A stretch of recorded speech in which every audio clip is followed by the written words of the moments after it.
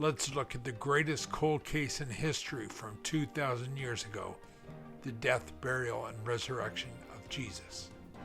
So who better than a unsolved case detective featured on Dateline? J. Warner Wallace got his own podcast himself. He's written a book called Cold Case Christianity. Most popular cold case there is the 2,000-year death, burial, and resurrection of Jesus. So if we could start with you looking at it as a police detective, homicide detective. So if you could look at it, let's start with the body and the medical evidence around that. Well, I mean, a lot of this is core to the claim. Not so much. I mean, there are people who have examined this and are kind of land in the position where they would say they might agree that Jesus existed. They might agree that Jesus was a wise teacher. They might agree that he was something in history. But of course, the most ridiculous claim in their eyes would be the supernatural claim of any of his miracles. And then, of course, of the resurrection. And one of the ways you might explain that is there's a number of ways you might explain it from a purely naturalistic perspective, right? Like you might just explain it as a mistake. You thought that he was either you thought he was dead when he wasn't dead, or you thought you saw him alive when you didn't see him alive. Of course, you can also attribute this to a lie. Somebody could have lied about this. And so I was one of those guys who would have taken one of those positions because as an atheist, I would have said that there is no explanation outside of whatever you can explain with space, time, matter, and physics and chemistry. If you can't explain it with those, then I didn't believe in anything extra natural for sure. And this claim about the resurrection is clearly an extra natural claim. So I would have said there's something about Jesus, but the body is going to be the issue. And that's the first thing we're going to look at. It's interesting to me that you look at the eyewitness accounts, and one of them, of course, is John. And even if you said, I don't accept that Luke's not an eyewitness, so I don't accept his account. Well, first of all, you don't have to write the account yourself in order for it to be an eyewitness account. I don't allow my witnesses to write their own words. I interview them and then I write a supplemental report. So Luke's account, I think, is just as legitimate as John's. But John's interesting in that John wants us to know that there are signs. He talks about this in chapter 20 of his gospel, that he's written and picked the signs that he thinks will demonstrate that this crazy thing happened. And so he was there when the body was when he saw the crucifixion. He was there when Jesus rose from the grave, and there were several things that he documents in his gospel I find fascinating. And one of them is he documents the wrappings in the tomb, and he also describes Thomas doubting and wanting to touch the body of Jesus. Nobody else, by the way, describes Thomas doubting like that. And so I think for me, what I was curious about is, do we have any good reason to believe, just from a kind of contemporary view of death? And not everyone has touched a dead body. I mean, some people have never touched it, but never maybe even seen a dead body. A lot of people have, like you, maybe your older relative member, somebody in your family dies. But there's a difference, and things happen to your body that I don't think that people who are familiar with death, and there was no mortuary to call in the first century. What happens to Jesus? He has followers take him down. Well, that was happening every time someone died. You prepared the body. You anointed it with the aloe and myrrh. You did those things because there was nobody you could call. Okay. I say this because those folks knew what death looked like. Now, here's what I don't think people in the current age know necessarily. And it's that Mortis Triad. It's that thing that happens to a dead body. Number one, it starts to cool down because the hot thing called blood that's racing through your body no longer is racing through your body. And you begin to cool down. You begin to take the temperature of whatever environment you happen to be in. And that's why when you touch someone who's passed, it's an eerie feeling, right? Because they don't feel like they don't feel like they're sleeping. Even the way that your body responds to touch is different when your brain's not working anymore, and you're not getting that pathway back and forth from the nerves. So the first thing you would notice, I think, is the decreased temperature, which is algor mortis. And that's going to be, so that's part of the Mortis Triad. And we see this in dead bodies. We might not be thinking about it. We might think, well, yeah, I might mistakenly think he's not dead at all. Maybe I think he's dead, but he's actually just unconscious. But Okay. it turns out, I think these folks would have noticed that because they are preparing the Sure. body for burial. Also, you start to stiffen. And if you're stiffening in the cross position, you will not just limply fall like you're a sleeping body, like a sleeping child. No, it's not going to be like that at all. There's going to be a rigidity. It's rigor mortis. It's the second of the mortis triad. You're going to see that. Could you miss it? I don't think so. But for one thing, you surely aren't going to miss is the liver mortis, which is the discoloration that occurs if you are in a position where your heart stops, your heart's not pushing blood anymore. That means that gravity is beginning to be the major force on the blood. It's drawing it. And that means if you die on your back and I roll you over, you will be discolored on your back. I'll be able Okay. to see that the blood is starting to settle. If you die in a cross position, your feet are going to swell and turn purple. And I'm sure they were seeing this.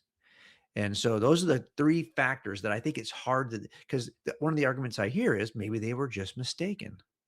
Also, we have this scene which John depicts, and he makes a point of saying that he saw this. Well, what he's seeing is that Jesus is on the cross, and the command has been given to get the bodies off the cross before the Sabbath. Right. So they have to break the legs of the people who are on crosses so they can no longer push up and grab a breath, and that will make sure that they're dead. Then they can pull them off the cross. But they don't do this to Jesus. Now, John wants us to know this because number one, it fulfills a prophecy that the legs of the Savior will not be broken, that the body will not, no bone will be broken. That's the first thing. But two, he says that right away they they stab Jesus with a spear in his abdomen or his chest, his torso somewhere, and it causes a sudden flow of blood and water. I think what John's interested in is the fact that, yeah, they made sure he was dead by stabbing him, which they often did. This was very customary for Roman guards. But Okay. what's interesting is he happens to mention the confusing thing of blood and water and the idea, the kind of science of pleural effusion is not advanced in the first century. So this idea that this would be a sign, a hidden piece of evidence that his heart had stopped beating, that he had already suffered cardiac arrest, and now fluid was gathering in his lungs or around his heart, so that when you stab his lungs, it's going to pour out visibly in a way you can see it. How much water's got to be in those lungs for that to happen?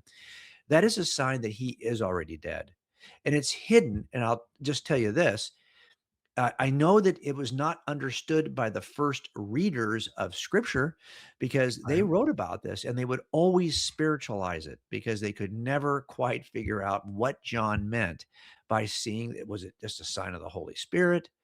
Is it a Ah, sign of baptism? Like they're trying to spiritualize it because they don't know to say, well, there's evidence right there that Jesus was dead because you have the water from pleural effusion. So I think there's good reason to believe, just from the biology of death, that that now look, it doesn't mean that the resurrection is true, but it does mean that you're going to have to take seriously the claim that he was dead. okay. So I've heard the argument too that the the soldiers, the Roman soldiers, kind of let him down early. But my response to that is that these guys were professionals, right? Like Mhm. professional executioners. So they had seen hundreds of bodies. They knew that he was dead.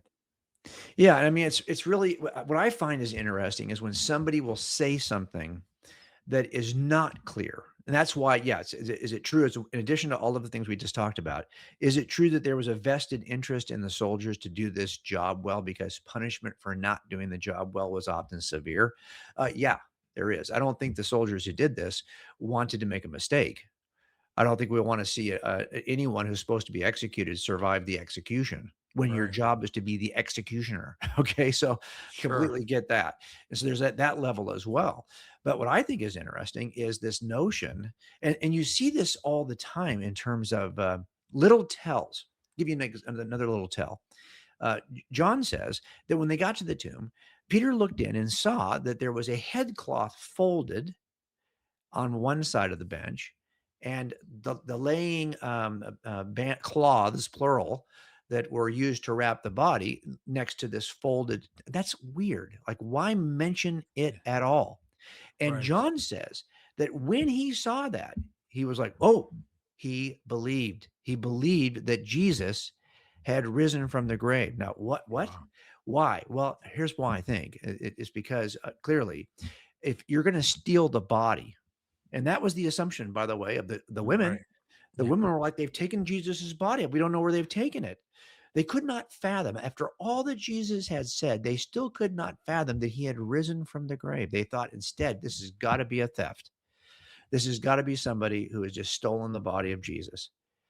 But if you're stealing the body of Jesus, you're not going to unwrap it first. Mm. You're just going to take the whole thing. So the Right. fact that the cloths are lying there is a tell. Not only Folded. that, and Folded they're too. folded. Now think Yeah. about it. In the first century, one of the earliest heresies that popped up in this new movement called Christianity were Docetists, who thought that if Jesus did rise from the grave, it was purely spiritual. It was a spiritual resurrection, but not a bodily resurrection. And of course, if it's a spiritual resurrection, then the cloths are going to be kind of laying there as he spiritually rises out of the Right. tomb. Right. But if it's a physical body that comes back to life, well, that's how these things get folded, with physical hands that could actually fold them. So when John saw this, that not only were the cloths, all that wrapping was still there, but that some part of it was folded, it told him, oh no, this is not a theft. And Mm. and whoever did this has the ability to fold, Yeah. still alive. So this was, he writes in his gospel, at least, that was in some way decisive for him. He'll even make a Right. point of putting himself there, of saying that this is a true eyewitness account by the person who saw it. Why is he doing all that? Because for Mm. him, that little thing, which we Was just kind of read important. right over, it was important to him. Yeah.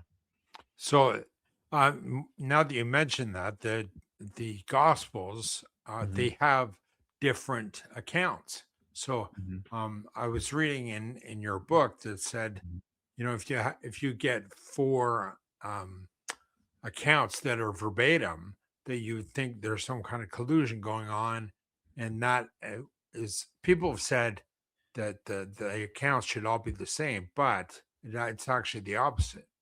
Yeah, no doubt about it. As a matter of fact, that what's it's very it can often be very confusing, and I will tell you that I've had cases that were far more confusing than trying to harmonize. So if you just looked at this Sunday morning series of events surrounding the tomb, first of all, make an assumption that if you're saying that you think these are contradictory in some way, then you're really assuming that each writer of each gospel has no idea what the other writers have said and finds himself contradicting them because he doesn't know what they've said. But you Right. can see as you read through the gospels that each one leans heavily on the other. It's John, for example. People will say, "Well, Mark did not include the birth narrative because it's probably not true, and it was probably added later." But John's the last gospel, and he doesn't include it either. It's because his point is entirely different. Where he's trying to go, he will not mention typically something that the other gospel authors have mentioned at all, unless he's adding a detail that he thinks was overlooked, that you guys need to catch. You need to catch this side of it. There's a theological application here. You missed it. Let me explain it to you. So he will explain, for example, the feeding of 5,000, but he Mm. connects it to the bread of life discourse, which nobody else describes. So he wants you to see that that happened, but actually it was part of a larger discourse. It's one of the very few things miraculously that Jesus ever repeats that John rather ever repeats from the synoptic gospels. So if he talks his version of the Lord's Supper, oh my goodness, read it compared to the other. You can see that he is adding in things that he won't even bother to mention these miracles or mention the parables if he doesn't think that something was missed. If something was missed, then he adds it. And this is also true of the Sunday morning. He wants you to know that there was good evidential reason to believe that Jesus rose not just as a ghost, not just as a spirit, but as a physical man who can eat, who can be touched, Right. who can fold headcloth. Nobody else mentions that stuff. Well, Right. That's John doing his goal, because he says in chapter 20 that I have written these signs so that you may believe. And there's a lot more I could have written, but I didn't. I hand selected the stuff. Well, everyone ends up doing that. So if you read Mark's gospel, and just if in Matthew, and if you want to say, well, Luke, but Luke also interviews more than just Mark and just Peter, just he interviews everyone. So, or many people, he says, the people who were servants and eyewitnesses and servants of the word. So if you put these together, you'll see that they do come together in a way that you. So, for example, if one angel speaks, that's the one that some of the gospel authors will focus on. And if that's all Right. you had was that one gospel, you would think there was one angel there, when in fact it Right. was one angel who spoke at that moment. So whatever. If I can give you an example of this too, women are very relational. The women talk about the angels. John is very evidential. He focuses on the headcloths. He Right. focuses on, and the angels are apparently, according to if you put this all together, they're sitting by these cloths. But that's not John's point. John's focus is on the evidence of the cloth. So again, you just have to figure out a way to ask yourself, is it possible? And if you've worked with eyewitnesses, that's why I don't jump, Brian. I don't jump to things like a genre of literature in the first century, trying to explain the differences. Because if you did that, you find yourself doing that even today with eyewitness accounts, because it's the level of disagreement you get between eyewitnesses is staggering. And I Yeah. don't. It's never bothered me. It's just a matter of asking yourself, well, what is his priority? Why is it that he only focuses on that one thing? So this is what you mentioned in the book is Mhm. the puzzle pieces, Right. uh, putting together of the story that Yeah. other people Absolutely. left out, and I've heard the analogy as well. If you of four gospels like a car accident and people standing on four different corners, so they have Yes. different perspectives, right? Right. Well, and sometimes You it is. So that's like a geographic perspective thing, right? Where I'm right, standing in a position where I can see it differently. But the other thing right, is, maybe you're somebody who owns a Hummer, and that was a Hummer that was involved. And so if I ask you, you're going to say it wasn't an SUV, it was a Hummer. I can tell you the model. yeah, And Hummers are big. Well, how yeah, could the other ones miss that it was a Hummer? Well, that's not yeah, their thing. They couldn't tell yeah, a Hummer from a Chevy. So the yeah, question becomes like, what's your background? What are your likes, dislikes? What's your personal experience? What traumas have you suffered? That will often determine how you see a crime, or if you're willing to see details in a crime, especially if you've suffered something similar. So those are the things we have to kind of consider. It's not just physical perspective. It's often like, history, personal histories. But Mhm. when you hear about the chain of custody with the Gospels, for instance, and well, so and so wasn't there, and now here we are in 2026. How do we know that what we have today is what they wrote then, when there's been so many printed copies over the years? Well, let's just focus on chain of custody for a second. So there's only so much you can do, but you can do a lot, and I think it's sufficient considering what we're trying to do here. Give you an example of this. If you said, if I get into a criminal trial, can I use secondary? Can I use hearsay evidence? In other words, somebody tells me what happened. I want to tell you. No, no, no, no. I need to have the person who told you what happened. That's the first seer of the event. He cannot Right, tell somebody else, and then I can trust that. But that is what we do in criminal trials. And this is not like a science. What we do in criminal trials, especially in America, is we would rather convict, we'd rather let a hundred guilty people go free than falsely convict one innocent person. So the standard is super high. Everyone who makes a claim has to be cross-examined. Okay, that's a standard for criminal trials, okay, that we have created to protect those who might be innocent and have been falsely accused. That is not the standard you can use for history, because if that was the case, everyone would be locked in to only as much history as living eyewitnesses could tell them. You could right, not trust then your grandparents to tell you about your great grandparents, because listen, they didn't see it. They got that from their great grandparents. They told them a yeah, story. Well, you can't include yeah, that because it's hearsay. You just don't do that with history. It's something you want to do in criminal trials, but you can't do it with history. It's unreasonable. Now, as far as what we do know, is I'm interested in the story of Jesus, because it seems to me to be well, as an atheist, it was unreasonably supernatural.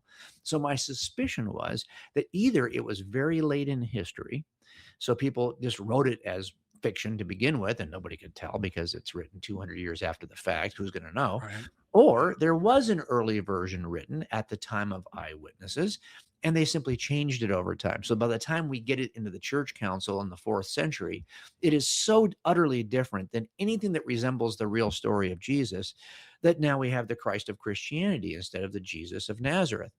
So I suspected it was one of those two. And if you first investigate how early it's written, you'll probably come away thinking we got to have a better explanation then. And then I thought, well, it's legend. Right? I mean, we'd like to say it's late legend, but if it's neither late nor legendary, you're kind of stuck. And it's not legendary because the very earliest claims from teacher to student, John's got 3 students, those 3 students have a student, that student has a student. You can simply trace the story of Jesus as it's being told over time. Now, this is what I'm looking for. I'm not looking for every detail. Right. I'm looking for supernatural claims because my suspicion was whatever the earliest version of Jesus was, it was less supernatural. It was a much more naturalistic version of a teaching rabbi in Sure. the 1st century, which you're not going to find if you trace that chain of custody. And you're looking at, does the story become fabulous legend?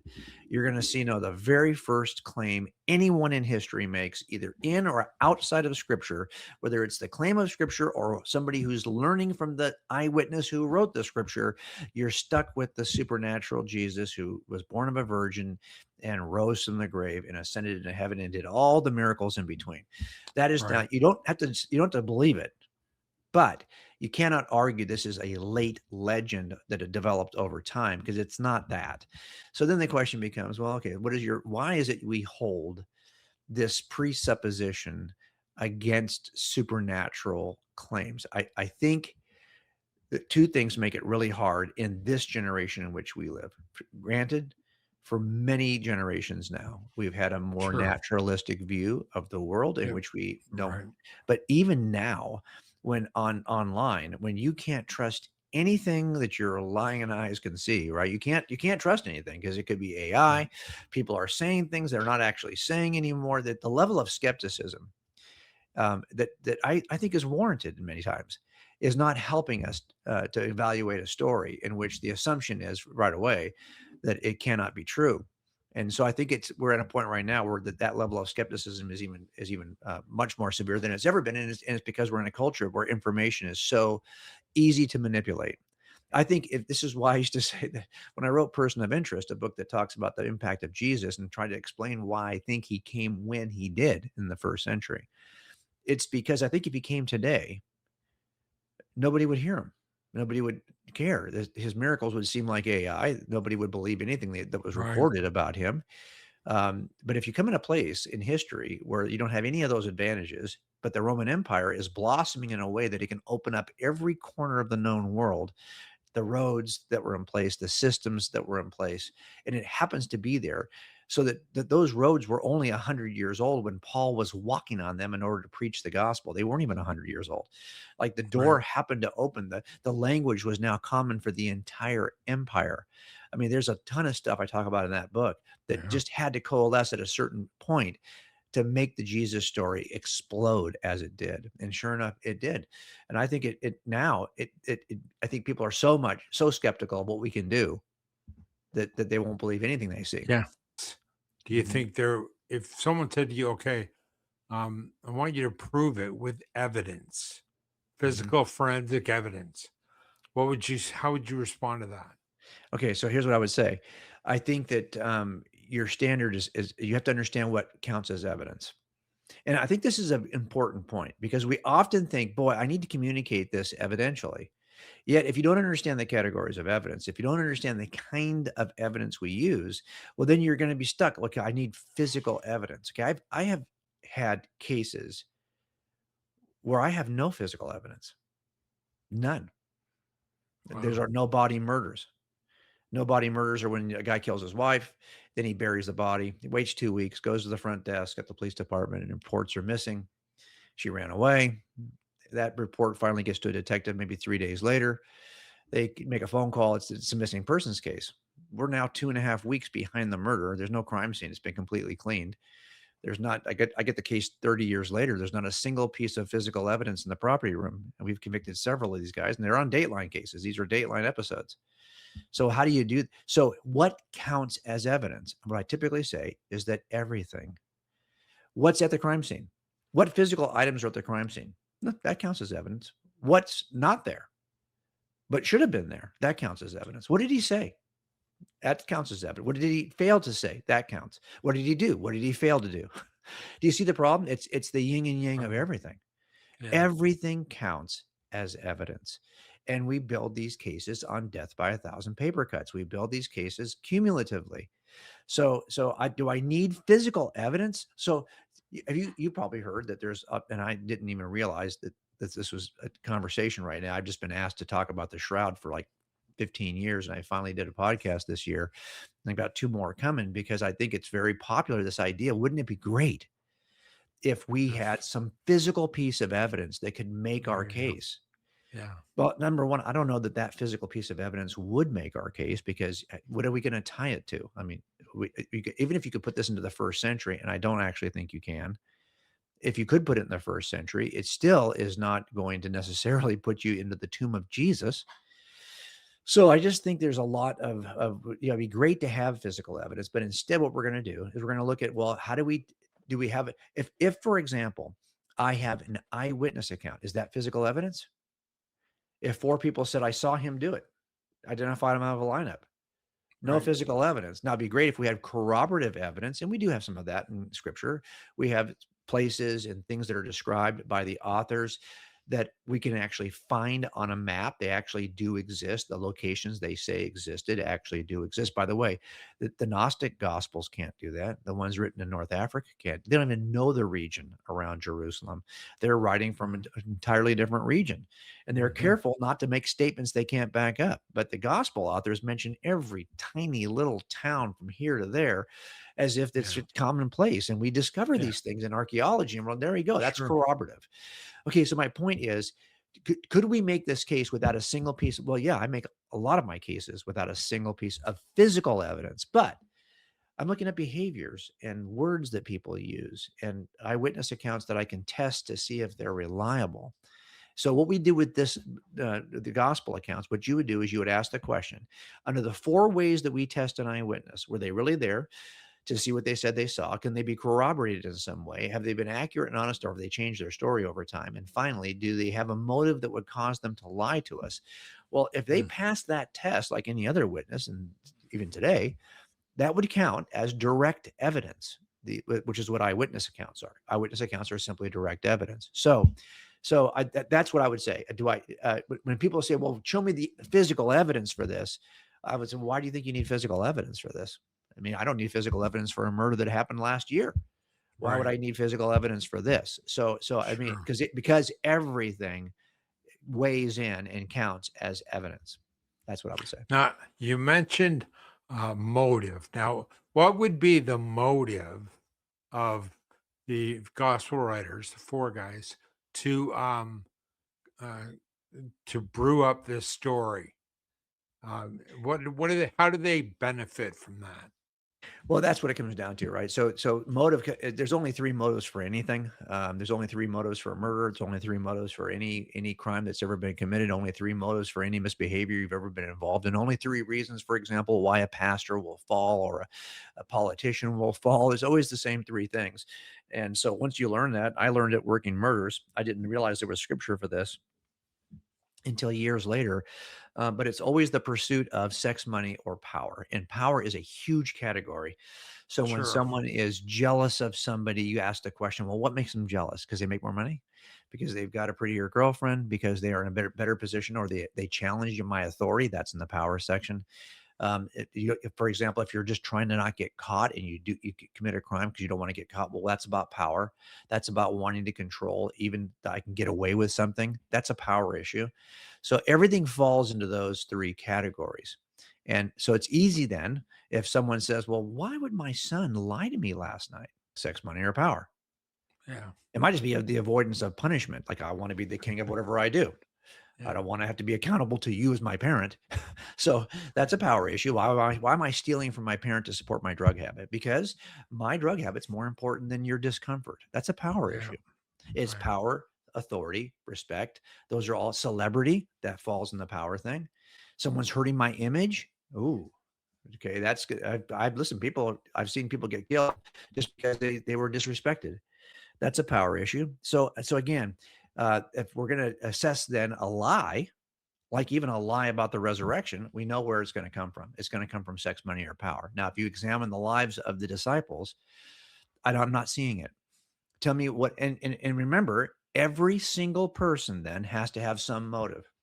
If this was a case that was rising and falling on one person's testimony, well, then look, a lot of people are good liars, and they can Yeah. be motivated by a number of things in those three categories. Right. But you're suggesting here that the 120 people who are up in the upper room, many of whom went across the globe and changed the world. I mean, there's some of these folks we didn't even know what their names were. You wouldn't even know, for example, if you didn't get that list that includes Stephen, of all these other people you'd never even heard of until that point, because there were so many people who were part of the discipleship of Jesus. 120 are in the upper room. Paul says 500 people saw the risen Christ on the same day. So think about, how do we explain, how do these people, all of them collectively, how are they similarly motivated to want to do this thing? They got to be motivated the exact same way. That's really hard. You'll see when you work criminal trials. And what breaks conspiracies often is that Mhm. not everyone has the same amount of skin in the game. They're not all equally motivated. And what you have to do is find the one who's least motivated, because that's the guy you're going to roll. And he's going to tell you about the other ones. So in the end, the idea here would be, tell me what it is then that is, they're not getting girlfriends out of it. They're not getting rich out of it. And all they're getting is dead. Now, look, Yeah. you and I would say that we would be willing to die for our faith, but that has zero evidential value, because it turns out that a lot of people are willing to die for what they don't know is a lie. But this Right. is the one group that would know if it's a lie. Are they just all of them out of their Yeah. minds? What is Sure. it that would cause this many people to be willing to risk their life and for something that was very I'm just reading through First Peter with my family. We do a daily Bible study, and in First Peter, Peter's talking about suffering so much in that book, and he's talking about people who are foreigners. Well, hold on. Most of these people he's talking to in that region where he's writing have been there their whole lives. But Right. now that they're believers, they are living as foreigners in the land where Foreigners. they were born. And I'm asking you, what is it that you think? Like, what is it that they are trying to, what do they get out of this other than suffering?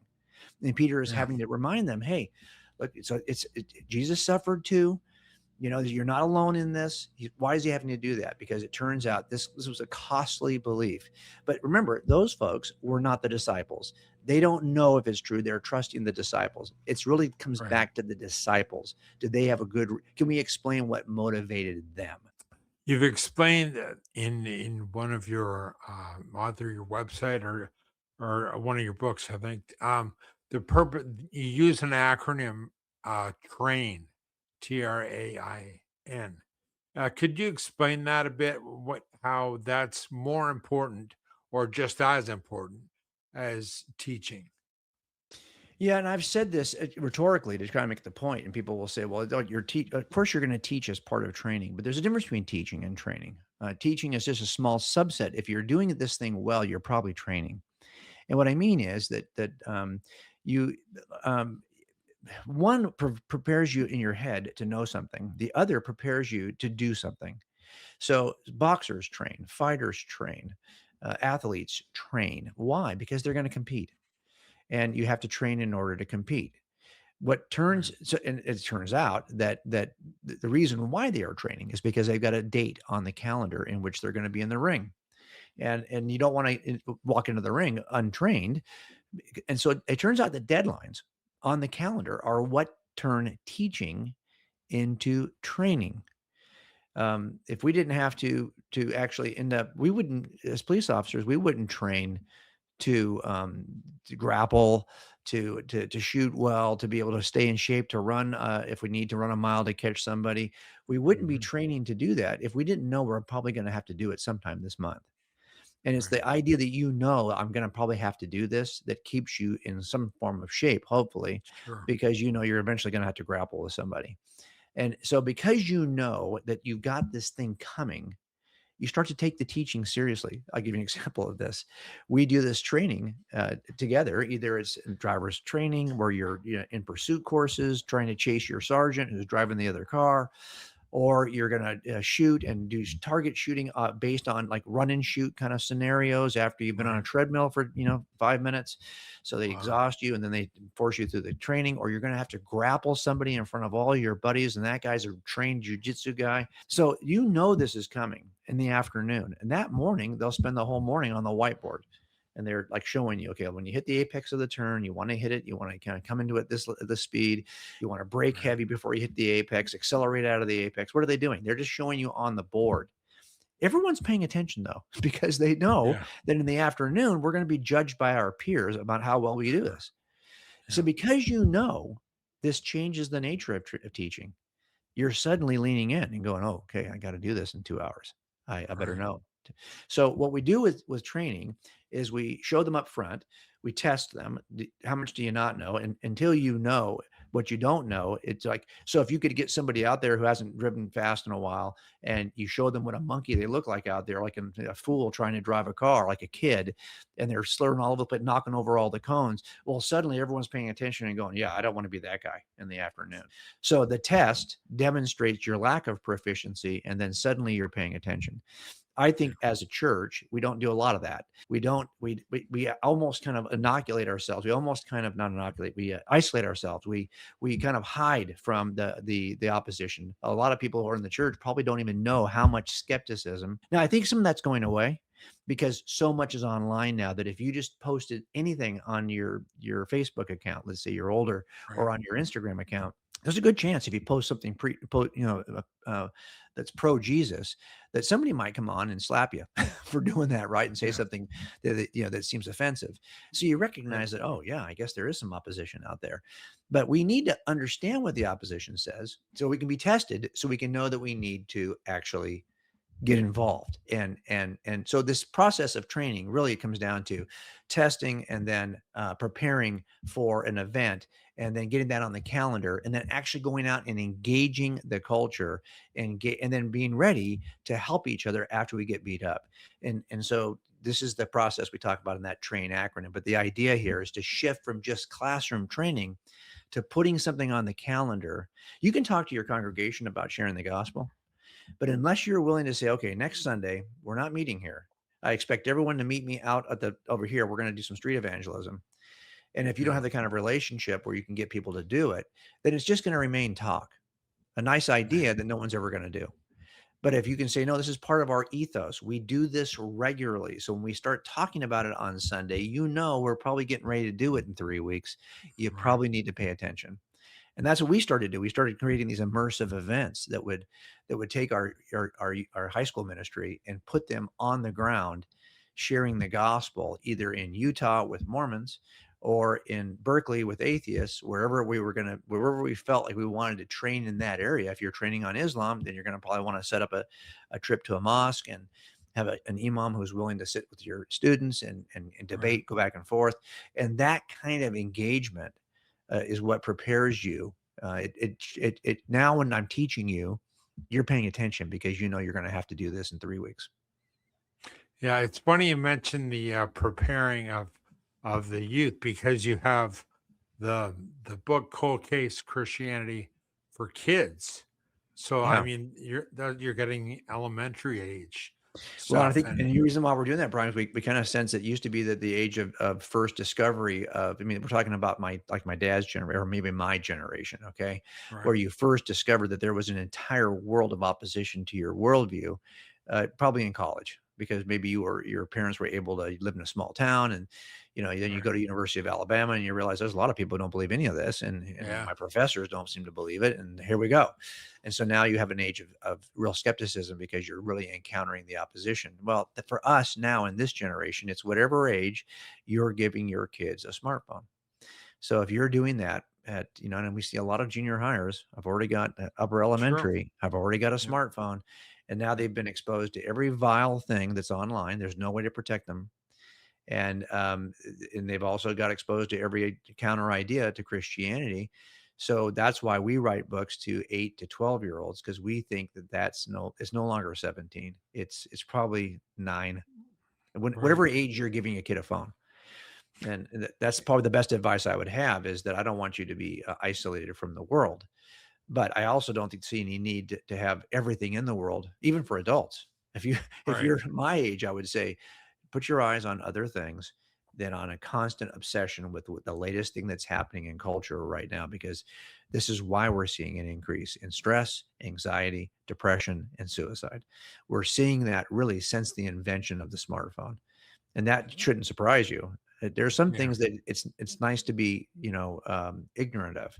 There's enough responsibility even in my own community that Right. I could be focused on, but this puts the weight of the world on every kid's shoulders.